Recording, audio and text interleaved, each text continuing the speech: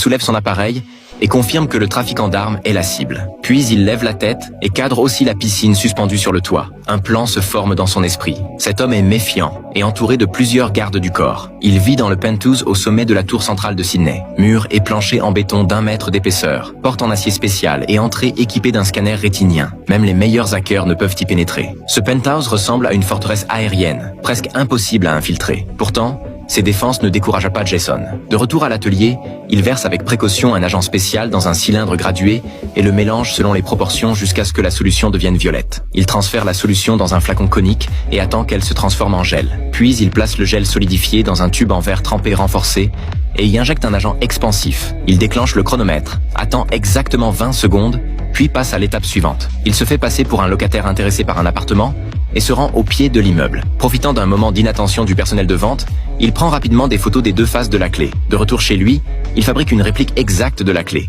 Ensuite, il se déguise en technicien de maintenance et entre dans l'immeuble. Il ouvre la porte, installe un support, fixe une ventouse sur la vitre, attache une corde et tourne rapidement le treuil. Il arrache le joint de la fenêtre, pousse fort et ouvre la sortie. Il grimpe à l'extérieur de la fenêtre, insère ses outils d'escalade dans la fente et commence à monter vers le 58e étage. Une fois arrivé sous la piscine suspendue, il fixe un dispositif de fixation sous la piscine. En utilisant la ventouse et une force impressionnante de ses bras, il se déplace vers le centre de la piscine, tire la corde et se sécurise. Il sort une perceuse, perce le verre et insère un matériau gélifié dans le trou. Maintenant, il n'a plus qu'à attendre que sa proie apparaisse. Peu après, l'homme remarque quelque chose d'anormal et découvre la présence de Jason.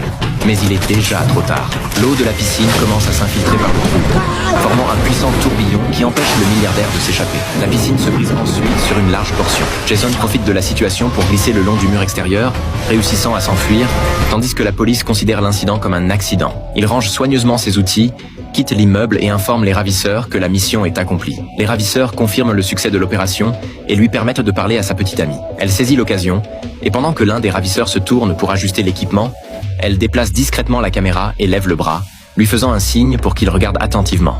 Il comprend alors soudainement grâce au numéro discret sur le bateau.